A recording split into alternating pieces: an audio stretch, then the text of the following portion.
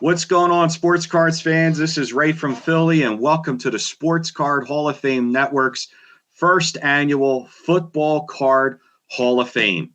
We want to thank everyone for voting this year. It was a huge turnout, big turnout, great success for the first year. But let's get right to it. All right, so we're going to bring in the two newest commissioners that are running the Football Card Hall of Fame, and that is Bart of Bart's Cards and Scott of Scotty Tradition. Welcome aboard, guys. Hey, Ray. Thanks for having me. So, as you guys know, we have no idea who's in. I mean, I think Mike is the only one who might know, but you guys don't know. I don't know. It's a secret ballot. So this is going to be fun. That this is the first time all three of us are seeing who's actually gotten into the first class this year. Any thoughts before we go in and see who you're rooting for, or, anything at all that you might think is going to be a surprise or something you won't expect or will expect? Well, hopefully Vintage is going strong in this one, and I got a personal vote for no Brady.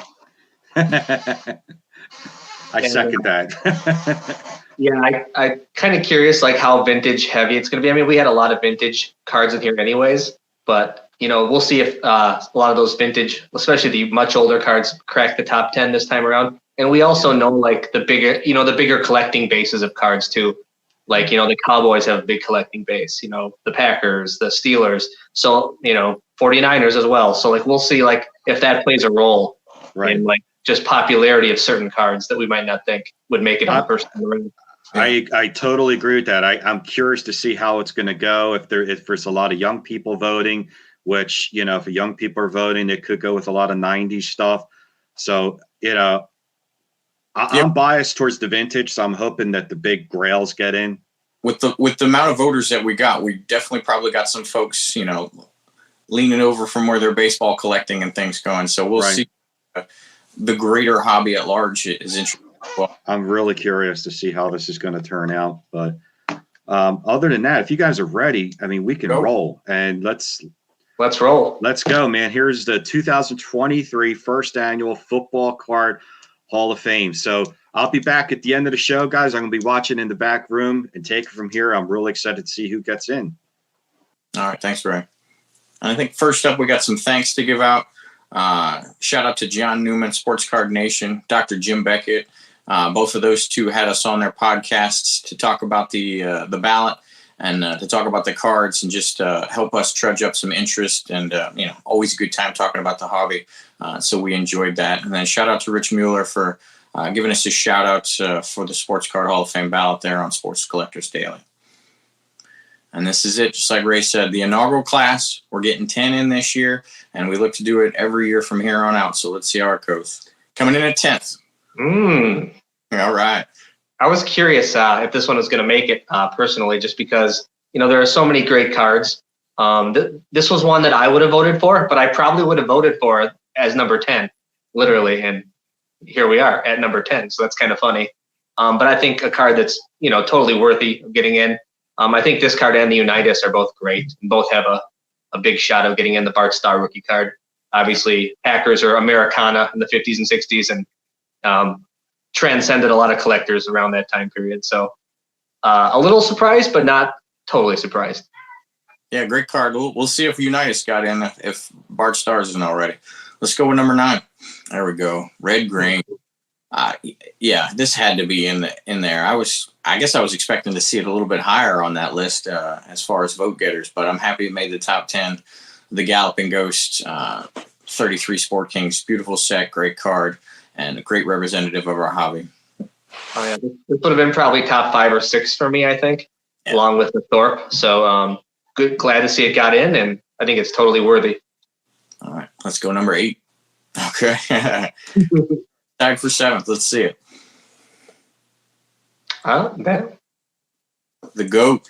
Yeah, this one, I didn't get to vote. We don't vote as the commissioners, but this one was teetering on number 10 or 11 for me. He's my absolute favorite, but I did lean a little heavier vintage when I was thinking about this. But I know that this card was going to do well just because, the moment we go a little bit outside of the old school football players or football collectors, this one is highly, highly recognized. So happy to see this tied at number 7th. Love this card. I'm going to be buried with one of these someday. Yeah, I think I would have had this card 8th or 9th. It would have been in my top 10. And I think when we were on Dr. Jim Beckett's podcast, he talked about this card kind of transcending just football cards in general.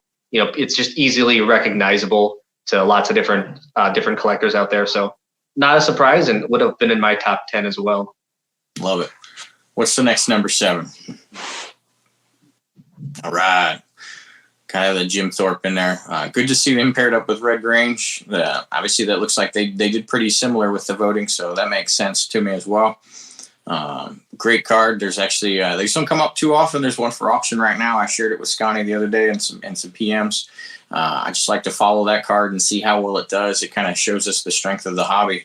And so, just beautiful. Love this card, and glad to see it in the top 10.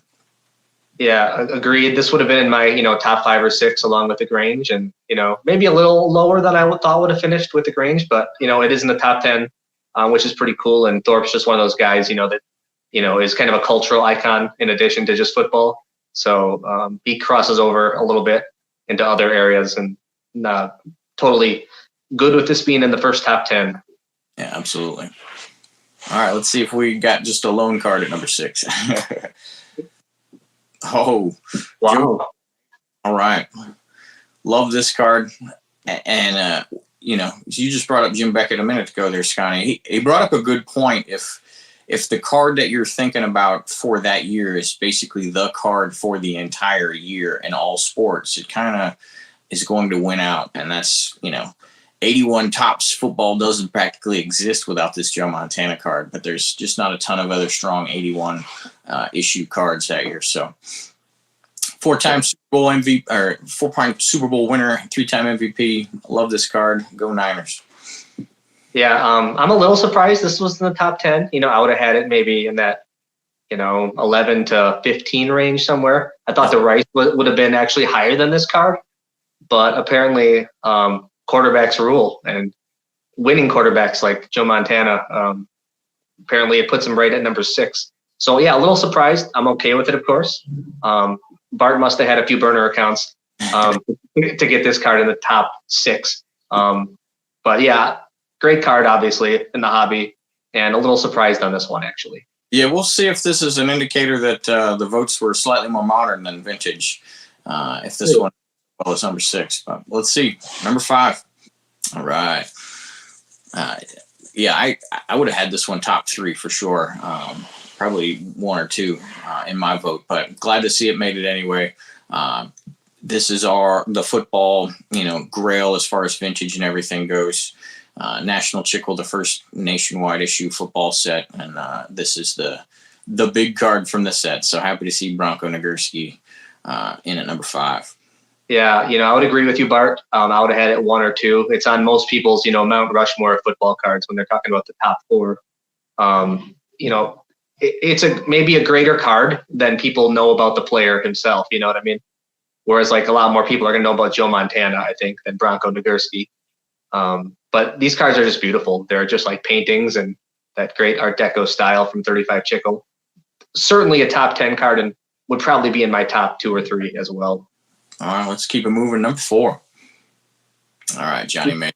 All right, so Bart Starr didn't beat him. 257s made it. That's good to see, though.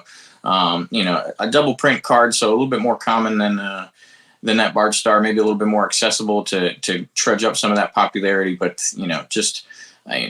the golden smile, clean cut. He represented, what every parent, wanted their kid to be like, what every grown-up just wanted to emulate back then. And he was a winning quarterback too. So great card. 57's a great set. So good to see this one. A little higher maybe I'd have had it, but I would have had it top 10 for sure. Yeah, I would have had it top 10 as well. Probably towards more the bottom of the top 10, kind of near Star. They're kind of 1A and 1B to me. I did think the Unitas was a little more popular, and certainly we're seeing that here with, all the way up to number 4. So yeah, a card I would have had in the top 10, maybe just ranked a little bit lower than 4. You can just tell how popular this card really is amongst collectors, I think. Yeah. Let's see. Number 3. Should be getting a Peyton or a Jim Brown in here soon. Okay. I can't argue with this one. This card is much bigger than the player as far as that goes.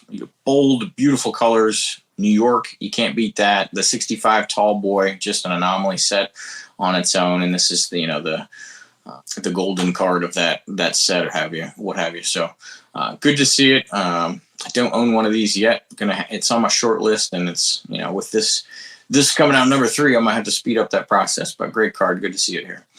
Yeah, not surprised it's in the top 10. I might have had it more around that 5-6 range personally, more just because of the player. I do think the card itself is amazing, and I do like the way it looks, and it's just beautiful colors, and I do like all that stuff about it. As far as the Namath being top 5, though, I mean, I can see it. So a lot of people have him on their Mount Rushmore as well, of cards specifically. But the player for me just doesn't do it quite as much.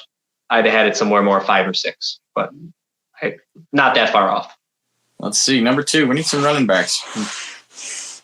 There he is. Sweetness. And so you can tell the vote is a little bit more towards the modern years, and I'm good with that to a certain degree. And definitely have to get this card in there. This chiseled jawline and smile of Walter Payton, makes a probably pretty ugly football set look good in this card. So I'll take it. Great player and great card, great set. So glad to see this one at number 2. Yeah, beautiful card. And I think what is kind of interesting with the last 2 cards now, we have, Joe Namath, New York football player, and here we have Walter Payton, Chicago football player. So 2 of the biggest cities in the country, and just from population standpoint. So I just think it's interesting that their cards seem to be popular right along with that fact. All right, so number 1, it better be a 58 Jim Brown. It has to be. There it is. All right. Yeah, you can spot this card a mile away just with that black circle outline and everything like that. So fantastic card. Tough to find centered, tough to find without a ton of snow in the black and everything like that. Tough to find with good registration. His face is often blurry and things like that. But a great card. And, if you're going to jump into, vintage football or anything like that, this is one of the first cards you're looking to set up as a foundation for the rest of your collection. So happy to see this as number 1.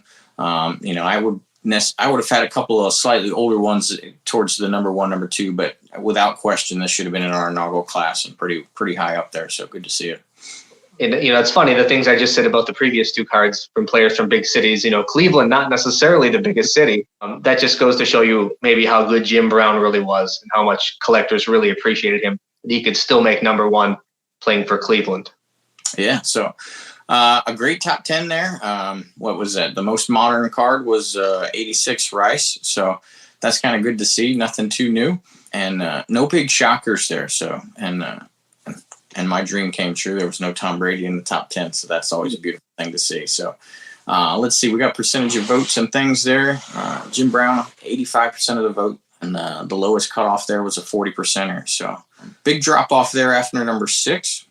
And that's where I wouldn't say I had, Montana quite at number 6 for me, but around that 6, 7, or 8, I had a big drop off where a lot of cards were kind of just tying each other when I was kind of doing my own rack and stack. So that does make a little bit of sense. I am kind of curious who the 15% were that didn't have Jim Brown in their top 10. That is a question. That's interesting. Fair question. Is there anybody you're surprised that didn't make the top 10, Bart? We didn't get any 48 Leafs in, but I think, we talked about that. They're going to split some votes from each other. So I guess that doesn't shock me too much. Otto Graham is probably one of the first couple slots after this that we'll see. Oh, we'll go into it now. We'll see what 11 through 27 are. Yeah, for me, the most surprising was the Jim Thorpe 55 Topps All-American. I thought that had a good shot to make it in the top 10, and I see it there at number 12. So that's not too far off. And then there's the Otto Graham at number 11, like you just mentioned. Okay, yeah, so it was first card. I'm a big fan of the 55 Jim Thorpe as well, but I just didn't think 2 of them would get in the top 10. So I'm happy that the Sport Kings won that one out. 89 Scoreberry, that makes sense. There's the Brady, first Brady. 8 and 15, yeah. Maybe the Gale Sayers I thought might have finished maybe just a little bit higher just because of that iconic pose on the card. Don Hudson's a little lower than I'd expect at 23. I'd have thought he'd been a little higher. I'm surprised he got beat out by 4 Horsemen, to be honest with you. LT Buckets. Landry finished pretty well. Is that like that cowboy collectability factor maybe? It pushes him up a little bit. Played for the Giants and then he played, coached for the Cowboys. So right. All right, let's see what we got 28 through 45. Who's bringing in the rear? OJ, Bobby Lane. Some more 48s there. Okay. That third 57 doesn't show up until number 35, your Horna. I buy that, though. That works. All right. And so the Randy Moss, the SP authentic rookie card. And that makes sense. Your non-football guys aren't going to know too many Jim Lansford cards out there, so that makes sense. That one's towards the bottom as well. Now, again, this is an inaugural class, so out of these 45, these are all very, very strong cards. So I'm not sliding anybody that finished up 45th or anything like that. And I think some of these were like the last ones we talked about of making a list are kind of right where we thought they might be towards the bottom of the list. 100%. And that's why, for those who didn't see some of the previous videos, that we have a 45 card ballot. We just started to think it was getting a little too watered down once we got past 45. Not that there weren't great cards, but when we're talking about an inaugural ballot, you just knew you were mentioning cards that had no chance of being top 10. So we didn't want to, just split too many hairs for the sake of having 50. So I'm pretty good with that. Not as much love for the 48 Leafs, but, I know you say that Sammy Baugh is the big one for that. And, I can't disagree with it, but I think they're all relatively close. There's more disparity when you're talking between a Bart Starr and a Paul Horn in 57 than you will some of those 48s, I think. I agree with that. The future of the Football Card Hall of Fame. This is our inaugural class. The 10 are going to get in. We'll build a new ballot out and for next year and plan to do the reveal same time next year. So obviously backwards planning from that as far as building ballots and advertising and things. We'll talk if we bounce anybody off of the ballot from this year based on percentage votes gotten. I don't think we're too stalwart in whether we boot somebody or not, but we'll probably make an additional, what do you say, Scotty? Probably 15, 20 or so cards and then kind of compete them out with the ones that didn't make it this year and see where we go from next year. But pretty exciting. Yeah. I think there's 2 of those cards that I don't own yet. So those got to be, I got to pick it up and my goal is to kind of have the cards that were, showing off in these. So I'll get after it this year. Yeah, there's definitely a couple that I should pick up on the list, but a lot of those towards the top are not very cheap, like the Joe Namath and the Bronco Nagurski, as you know. They'll set you back a little bit, but awesome cards. That's part of them being a Hall of Famer, right? That's right. So that's what we got for you. This is our inaugural class of 2023 for the Sports Card Hall of Fame Network. Football Card Hall of Fame. I think Ray will pop back on here in a minute, but I just want to give, on behalf of me and Scott, shout out to Ray, Mike, and Vic for helping us out through this process and pushing our buttons and pulling us along and coaching us through it. And it was a fun class to be a part of. Hey, guys. Well, I'll tell you what. I'm looking at this list. The top 5. Let's go over the top 5 again real quick. I'm a little surprised that I thought Bronco would finish first. What do you guys think? I thought Bronco would be first, Jim Brown would be second, Peyton, Namath, and United. I'm okay with the top 5 that got in. It was just the order. I really thought Bronco would finish 1 and then Brown. What are your thoughts on that? Do you think Bronco was a little low on 5? I think so. Getting just a football collector, it'd have been number 1. But when we got the votes, and we wanted voters across the hobby to get involved. Bronco's not probably going to beat those 4 as far as just recognizability. Those, right. Like that Brown, you can spot that thing across the room, across town. You see that outline of the card, and you know what you're looking at. So they're very recognizable. So right. No, I guess it's based more on popularity than value. I mean, the Bronco value-wise is astronomical, but Jim Brown, that's synonymous. That's popular. That's a very popular card.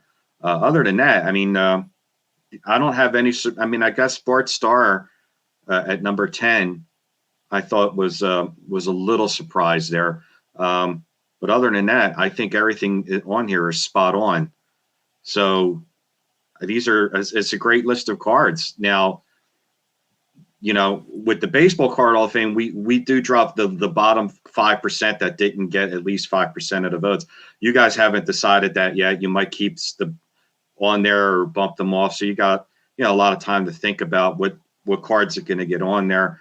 But other than that, man, Joe Montana, definitely. I'm glad about that. I'm glad to see Jerry Rice in there. Yeah, definitely. But to see Tom Brady, you could see that he's front up the rear for next year. That's for sure. That's all right. He's not first ballot. That's right. Yeah. So definitely, this was Did you guys have fun? I thought this was great. This was phenomenal. I had a lot of fun. Let me ask you guys: is there anybody that you would sub off that top 10 list for, like, maybe one of those first few that were off? Because I personally would sub out the Montana for the Topps All-American Jim Thorpe, but that was my one pick. And I obviously love Montana the player, and his accolades are amazing, but it's just the card itself. Right. To me, like, just an 81 Topps card. The Rice is more of an iconic pose for me for some reason with that card. I don't know what it is about it, but I was a little surprised that Montana figured, what was ahead of the Rice card, considering Rice's popularity across all sports. Yeah, Rice and Montana weren't quite my top 10-ish. They were hovering around there. So I would like to see like a 48, Concrete Charlie or something like that pop in there. And I absolutely love the 55 Thorpe as well. So those are nice cards, but they can be top of next year's ballots, and I'll be okay with that too. So as far as recognizability in cards, these 10 do, they do it. they got it. This is definitely a vintage list, this top 10. I mean, with Rice and Montana being the most modern, me being as a vintage guy, I love this. I think this is right on the money. Little surprised not seeing Marino's card is a very popular card, but Barry Sanders, as we saw in the voting, finished higher than Marino and Elway. A little surprising there. But hey, that's what makes this fun. Really recognizable set.